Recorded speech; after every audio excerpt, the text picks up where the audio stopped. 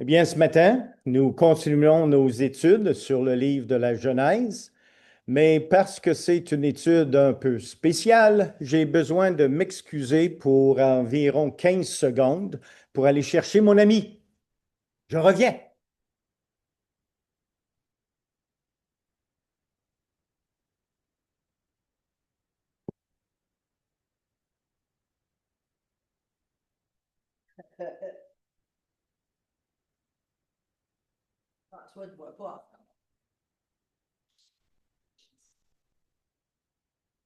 Et voilà, j'ai réussi d'avoir mon ami avec moi pendant que je deviens vieux. Et aujourd'hui, on va parler de Jacob et de ses derniers jours. Et ça devrait être fantastique comme illustration. Voilà. Alors, ce matin, nous voulons suivre le sentier des problèmes de Jacob dans Genèse 34 et Genèse 35. Quand Jacob a décidé de revenir dans son pays natal, il agissait selon la volonté de Dieu. Cependant, il semble que ces problèmes ont commencé dès que Jacob se montra obéissant envers Dieu en accomplissant sa volonté. Jacob était en plein centre de la volonté de Dieu lorsque sa fille est devenue une adolescente fugitive. Deux de ses fils sont devenus des assassins. Rachel, sa femme bien-aimée, est morte. Isaac, son père, est mort. Mais malgré ces grandes épreuves, Jacob n'a jamais été aussi fort spirituellement. Alors, dans Genèse, au chapitre 34, nous voulons regarder à la vie de Jacob lorsqu'il était à Sichem. Jacob a fait face aux difficultés de sa fille adolescente qui s'est enfuie du foyer. J'aimerais lire pour vous le livre de la Genèse, chapitre 34, et le verset 1 à 24. Genèse 34, verset 1. Et on va choisir la Bible en français, évidemment, au lieu d'en anglais, ça va être plus facile. Alors voilà.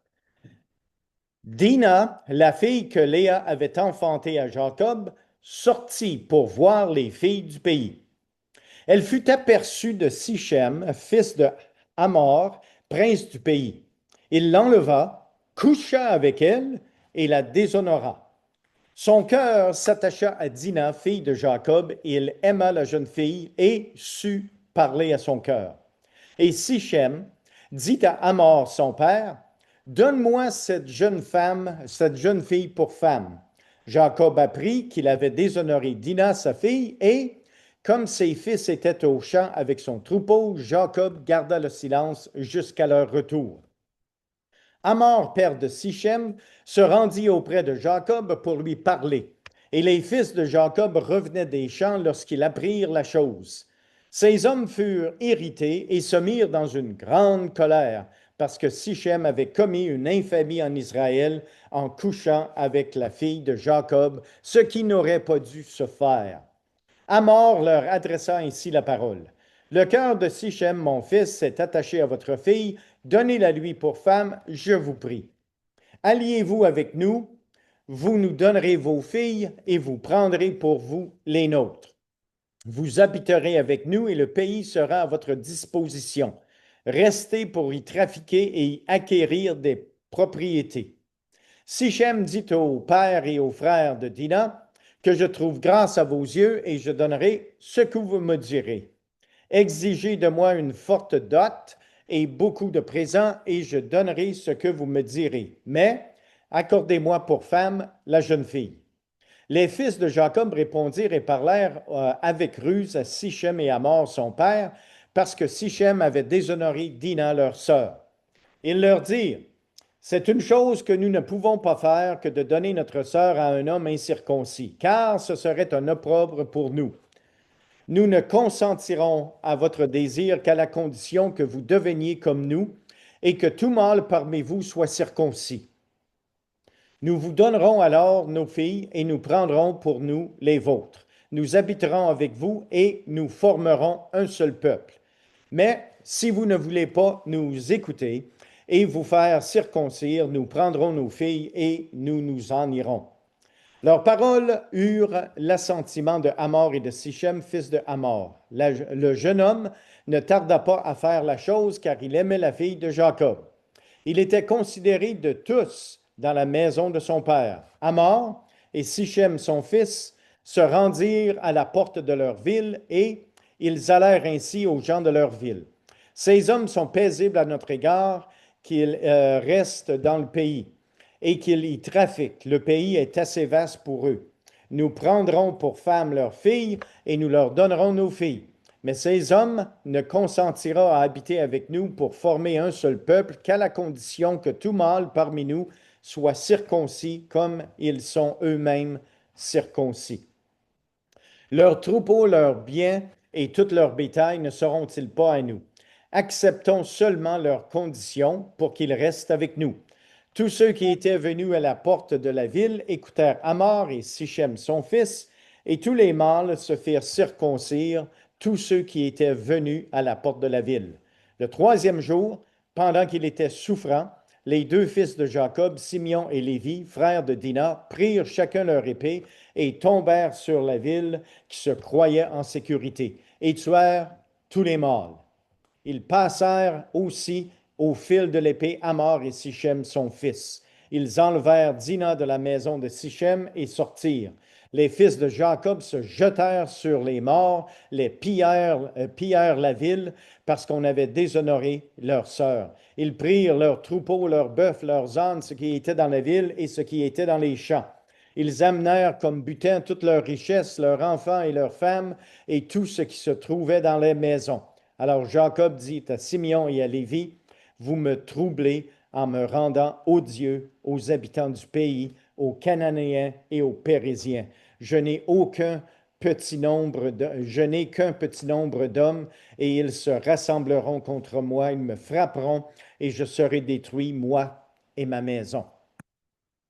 Quelle histoire nous venons de lire dans Genèse 34. Dina était la seule fille parmi tous les enfants de Jacob. Elle avait 12 frères et elle était la seule fille. Mais les commentateurs croient qu'elle avait environ 15 ou 16 ans. Puis à un moment donné, il y avait une fête, une célébration de quelque sorte dans le pays. Et comme toutes les jeunesses, c'est le fun d'avoir du fun. Alors elle a décidé de tout simplement, hey, je vais aller au party avec les filles. C'était bien correct. On n'a aucune notice qu'elle a demandé la permission à ses parents. Peut-être qu'elle l'a fait, peut-être que non. Elle sortit pour voir les filles du pays. C'était pendant le temps du festival des Sichemites. Joséphus, ici, dans son livre, nous dit qu'elle voulait voir les gens du pays et être vue par eux.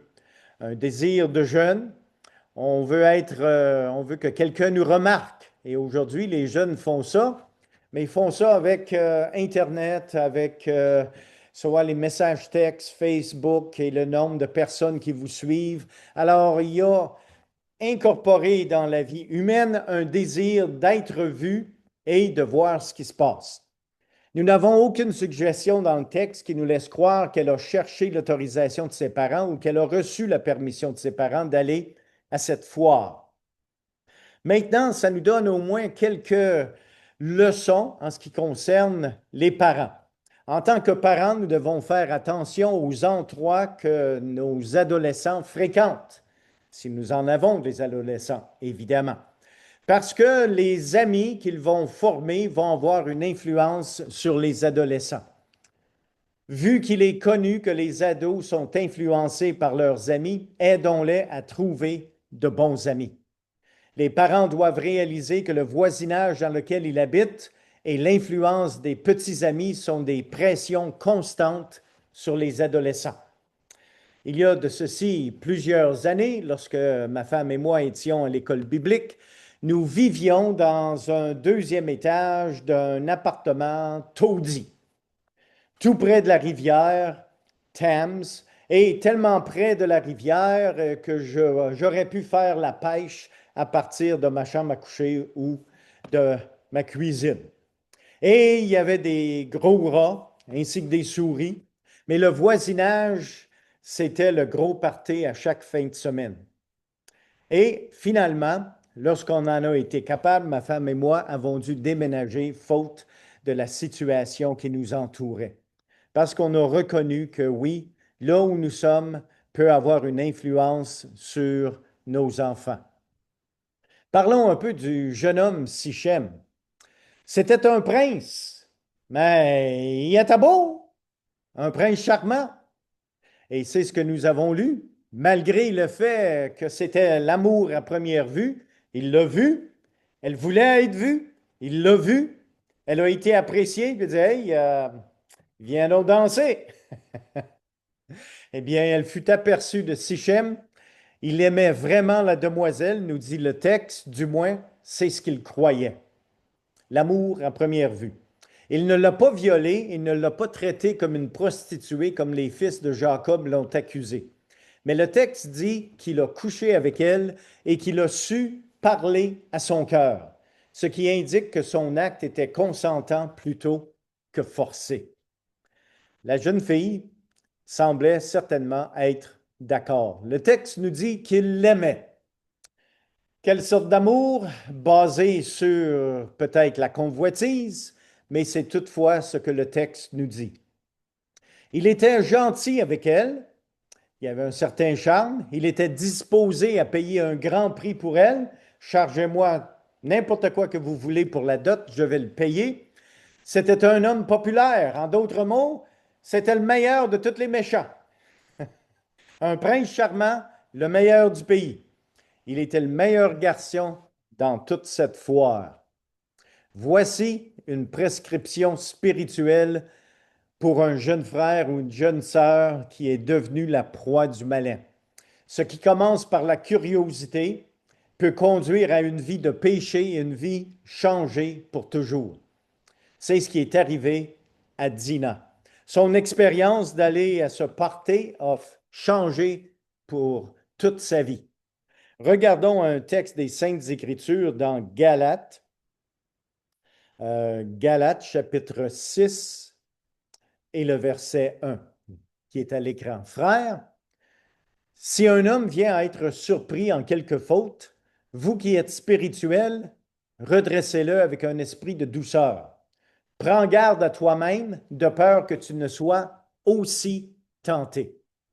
Redresser est le même mot grec qui est parfois traduit par réparer. Alors, si nous avons connaissance d'un frère ou d'une sœur dans une situation précaire, nous avons un devoir en tant que chrétiens à faire. Mais souvenons-nous d'une chose, prends garde à toi-même, de peur que tu ne sois aussi tenté.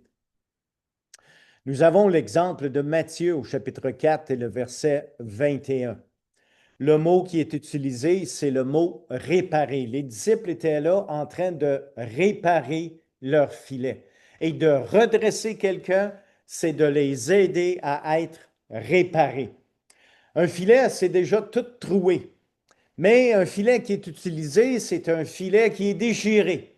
Alors, il faut raccommoder les trous pour qu'il soit utile encore une fois. C'est ce que les disciples étaient en train de faire dans Matthieu 4, 21. Ils réparaient leur filet pendant que Jésus les a appelés. Alors nous, dans notre vie, lorsqu'on parle de redresser un frère, une sœur, on les aide à être réparés pour qu'ils deviennent une fois de plus utilisables et qu'ils puissent être ressaucés dans l'océan pour avoir des poissons pour la gloire de Dieu.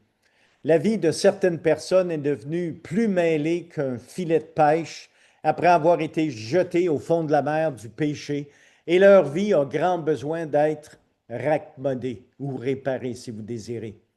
Ceci prend une patience incroyable, une aiguille maîtrisée par une main tendre et un fil d'amour durable d'une longueur illimitée. C'est dur de redresser quelqu'un, de leur aider à réparer leur vie. Mais la parole de Dieu nous encourage et nous demande de le faire. Jacob a fait face à la difficulté de deux fils qui sont devenus des assassins. Imaginez, tu as une fille, puis maintenant elle se trouve dans la maison d'un jeune homme charmant qui a déjà couché avec elle. Quoi faire? Eh bien, nous devons répondre aux questions suivantes en ce qui concerne les deux fils Simeon et Lévi, les fils de Jacob. Est-ce que les fils de Jacob ont eu raison de faire ce qu'ils ont fait? Pourquoi ont-ils agi ainsi? Quels facteurs ont-ils oublié de considérer? Et quelles ont été les conséquences de leur action? Eh bien, la réponse à ces questions se trouve ici. Les fils de Jacob n'ont pas pris en considération le fait que leur sœur était consentante. Ce n'était pas un viol. Elle était consentante à épouser Sichem et du fait qu'elle a couché volontairement avec lui. Elle était maintenant dans la maison, mais de plein gré et de bonne volonté. Mais les fils de Jacob ont négligé ce fait. Les fils de Jacob ont commis le même péché qu'il avait accusé les gens de Sichem de faire. Ils prirent leurs femmes, leurs enfants, leurs troupeaux. Ils ont tué tous les hommes, puis ont pris tout le reste de la ville. Les fils de Jacob n'avaient pas oublié le prix exorbitant que leur père a dû payer pour une petite parcelle de terre. À un moment donné, Jacob devait enterrer sa femme, Rachel, et puis il a dû payer un très fort prix pour ce terrain. Et les fils de Jacob, ils n'ont pas aimé ça. Maintenant, ils ont eu une occasion de se revenger. Les privilèges du premier-né ont été refusés aux fils de Jacob à cause de leur action. Dans Genèse 49, versets 5 à 7, Ruben était un fils de Jacob, le plus vieux, qui a couché avec la femme de Jacob, son père, et lui a été radié de la lignée de Christ et de la bénédiction de son père. Les deux autres, Simeon et Lévi, étaient les deux prochains, et eux ont été radiés de la lignée de Christ et de la bénédiction à cause du péché ici qu'ils ont commis de tuer tous les mâles d'une ville. Ils ont agi avec colère, méchanceté, violence et cruauté. Et vous pouvez lire ceci dans Genèse 49, versets 6 et 7.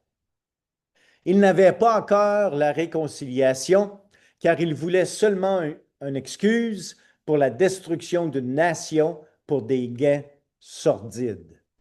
La colère de l'homme n'accomplit jamais la volonté de Dieu.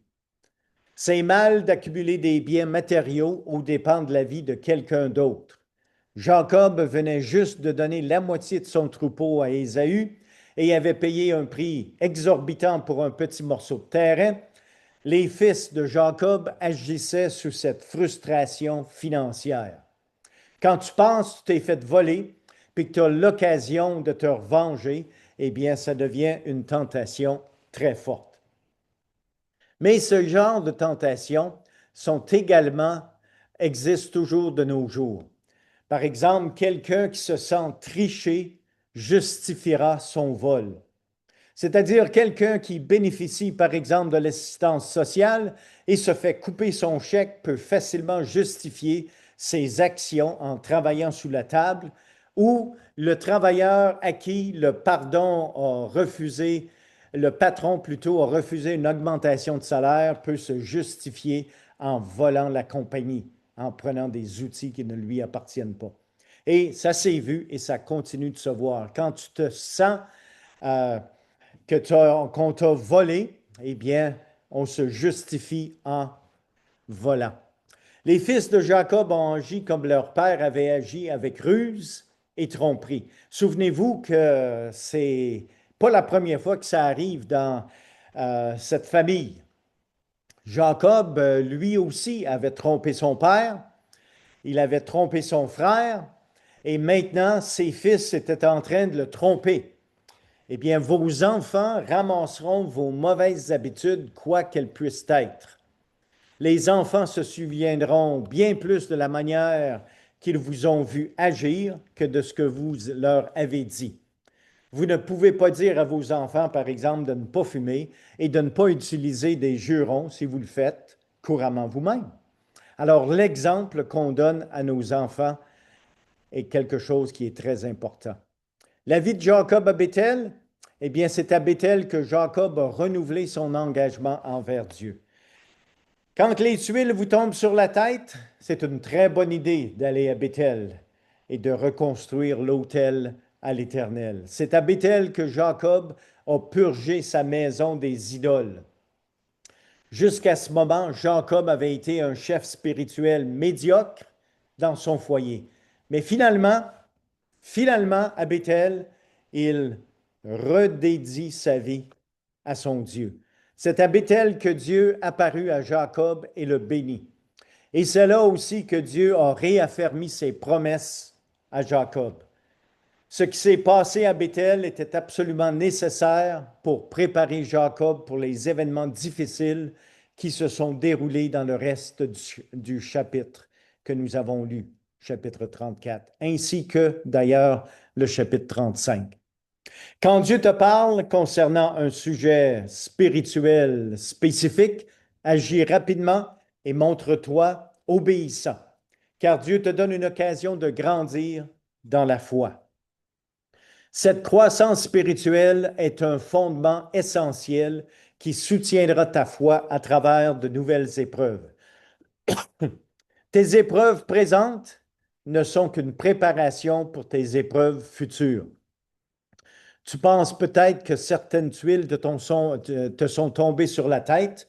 Eh bien, ces tuiles qui te sont tombées sur la tête, ce n'est qu'une préparation pour les tuiles qui s'en viennent. La vie de Jacob à Ephrata, à Bethléem, dans Genèse 35, eh bien, c'est à Bethléem que Rachel a donné naissance à Benjamin.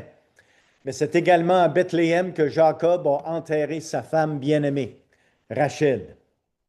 Et plus tard, la vie de Jacob à Éder, dans Genèse 35, c'est à Éder que Ruben, le plus vieux fils de Jacob, coucha avec la concubine ou avec la femme de son père.